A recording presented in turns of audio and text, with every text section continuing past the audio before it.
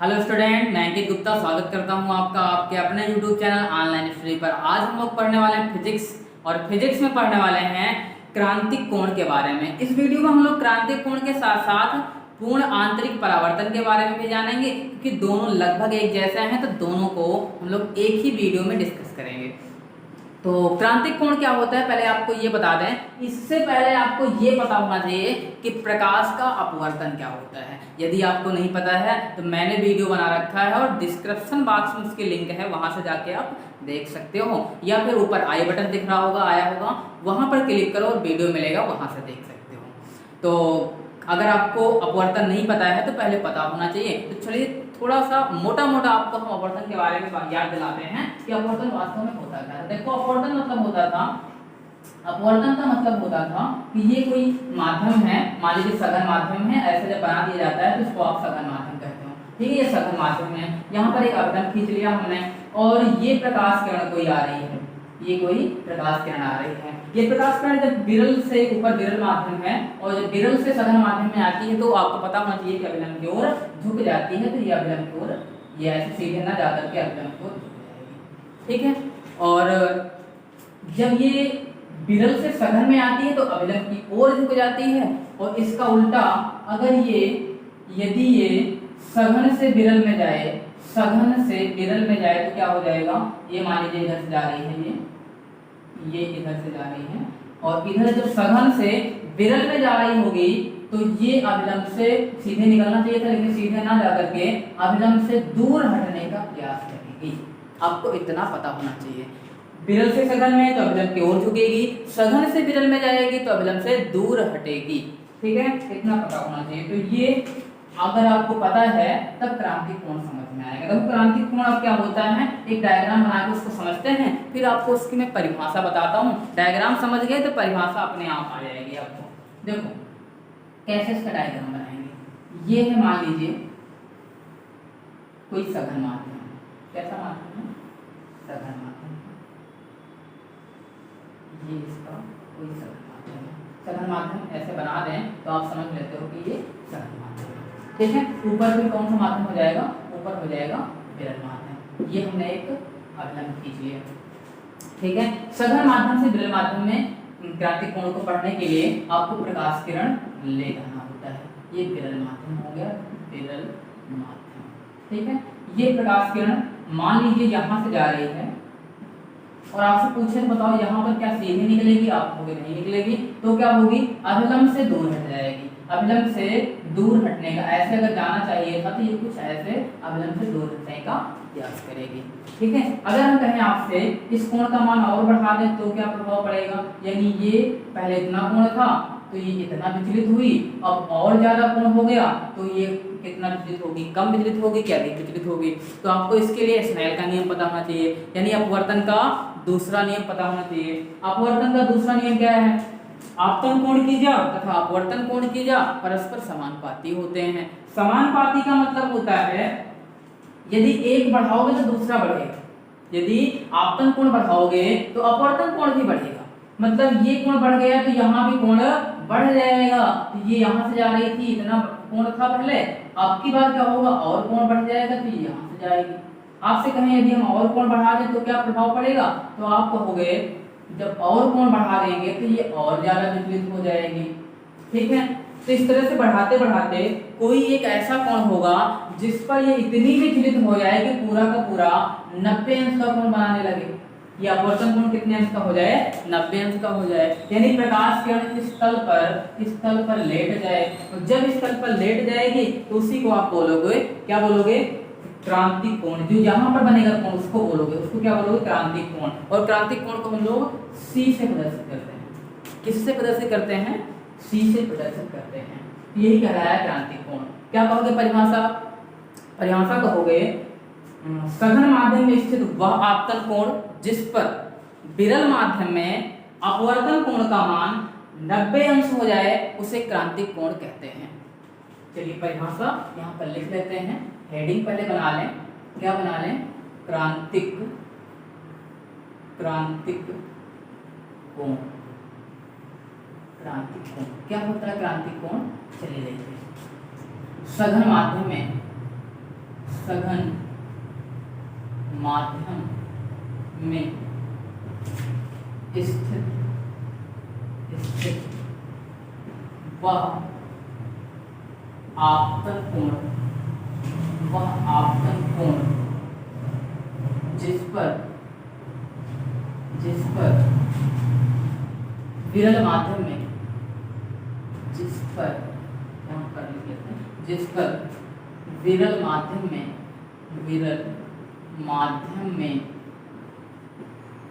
माध्यम में अपवर्तन कोण का मान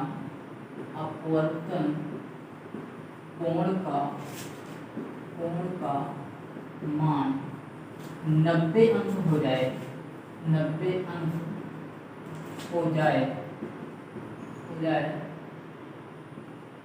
तो उस कोण को उस कोण को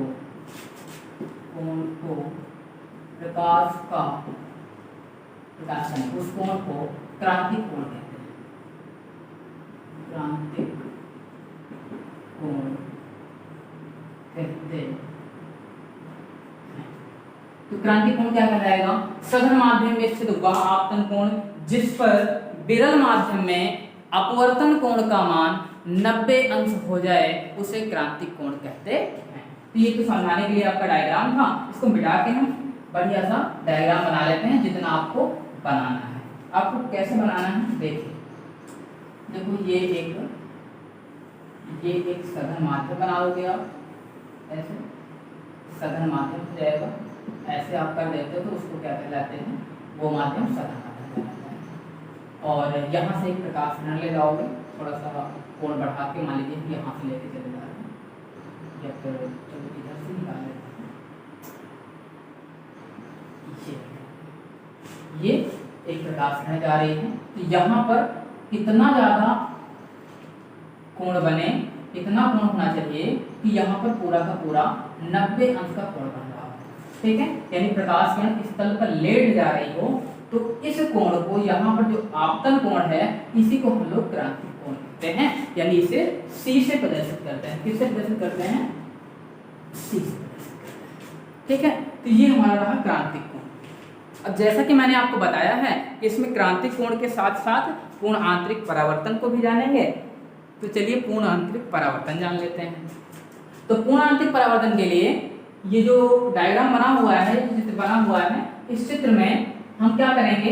ये अभी आपका क्रांतिक कोण है। अच्छा, आप हमें ये बताओ कि यदि हम क्रांतिक कोण का मान और बढ़ा दें, यानी ये अभी इतना कोण है, इसको हम प्रकाश किरण यहाँ से गमन कराएंगे तो कोण और बढ़ गया, ये ज्यादा कोण हो गया। अगर कोण और बढ़ गया है तो ये प्रकाश किरण क्या होगी? इसका कोण क्या होगा? अपवर्तन कोण का मान क्या होगा? बढ़ जाएगा। प्रकाश किरण जो अपवर्तित किरण होगी उसका भी मान, अपवर्तित किरण का जो अपवर्तन कोण होगा वो भी बढ़ जाएगा। जब ये कोण बढ़ जाएगा तो प्रकाश किरण कुछ इस तरह से आ जाएगी, यानी और ज्यादा मुड़ जाएगी। तो इसको क्या कहें? इसको क्या कहोगे आप? इसको कहोगे आप पूर्ण आंतरिक परावर्तन। पूर्ण आंतरिक परावर्तन क्या कहोगे?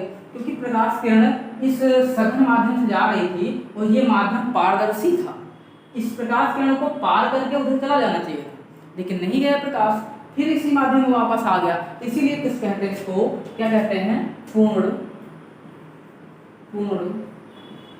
आंतरिक परावर्तन। तो पूर्ण आंतरिक परावर्तन क्या होता है? इसको कैसे डिफाइन करोगे, कैसे इसकी परिभाषा बताओगे, इसको भी देख लो आप। ये डायग्राम मिटा के थोड़ा और अच्छे से बना देते हैं।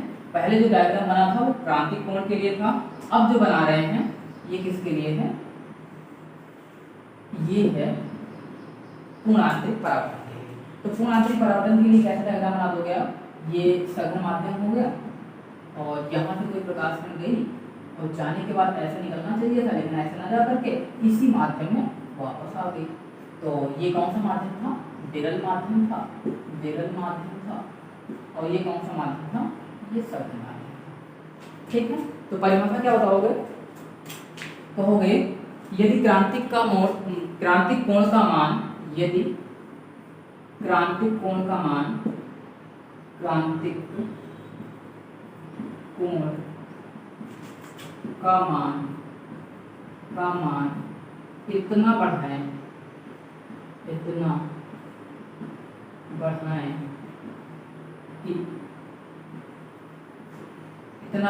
कि प्रकाश किरण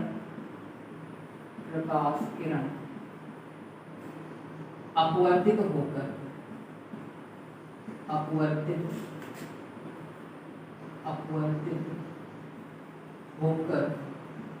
उसी माध्यम में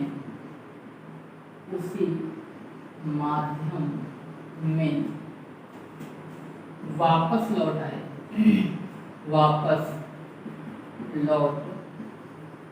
आए तो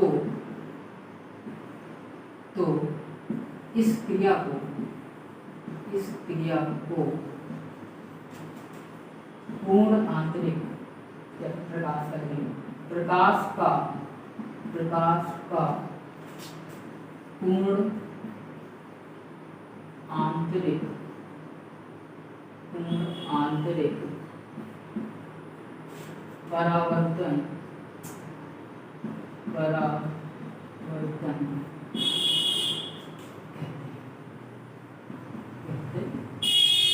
पूर्ण आंतरिक परावर्तन क्या है?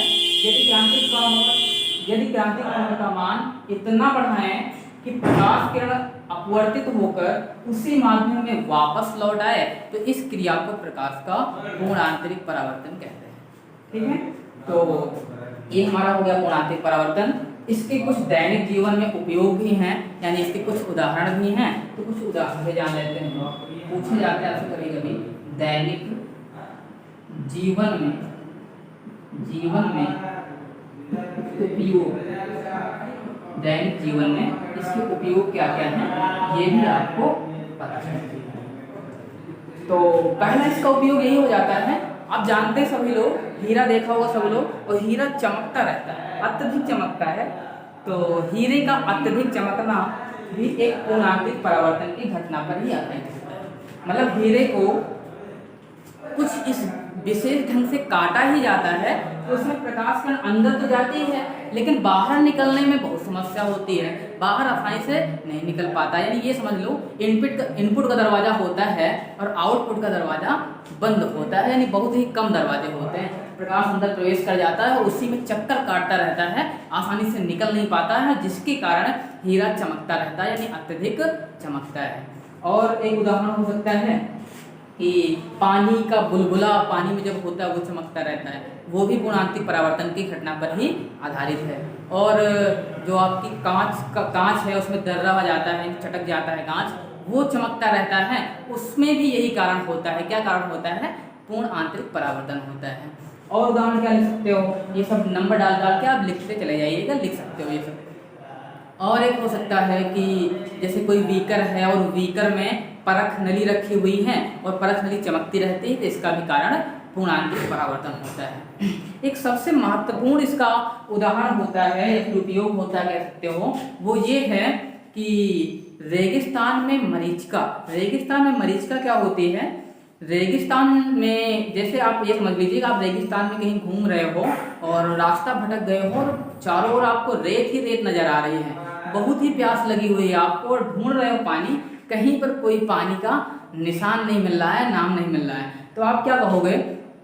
अब कहोगे क्या? आप सोचोगे कहीं से पानी मिल जाए, और पानी ढूंढते ढूंढते कहीं आपको एक पेड़ दिखा और पेड़ की छाया जो है, जो उसका प्रतिबिंब है वो जमीन पर बना हुआ दिखा, तो आप कुछ ऐसा अंदाजा लगाओगे कि शायद वहाँ पर पानी है और पानी में ही उस पेड़ का प्रतिबिंब बन रहा है। तो आप दौड़ते दौड़ते वहाँ गए और वहाँ जब पहुँचे तो अफसोस की बात यह है कि वहाँ पर पानी नहीं था। तो पानी क्यों नहीं था?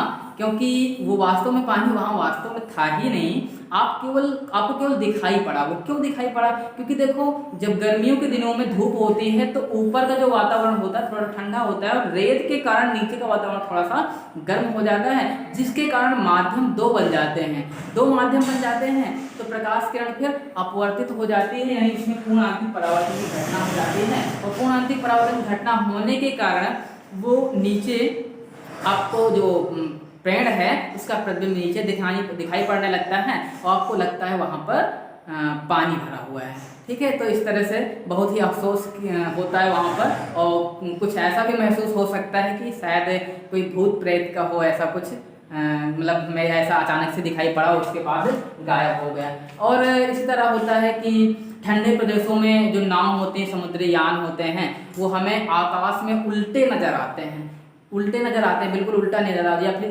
इग्लू जानते होंगे आप, छोटे टाइप में होता है ठंडे प्रदेशों में, वो भी हमें आसमान में उल्टे नजर आते हैं। तो इन सभी का कारण क्या होता है? पूर्णांतरिक परावर्तन होता है। जिस तरह से आप अनेक इसके उदाहरण यानी दैनिक जीवन में उपयोग क्या है लिख सकते हो। कभी कभी पूछा भी जाता है, बताओ मरीचिका किससे संबंधित है? तो आप कहोगे पूर्णांतरिक परावर्तन के घटना पर आधारित है, इससे संबंधित है। पूछा जाए हीरे का चमकना किस पर आधारित है, यानी किससे संबंधित है? तो आप कहोगे पूर्णांतरिक परावर्तन से संबंधित है।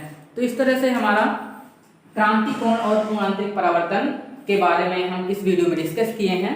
तो इस वीडियो में यही तक, और मिलते हैं अगले वीडियो में एक अगले टॉपिक के साथ।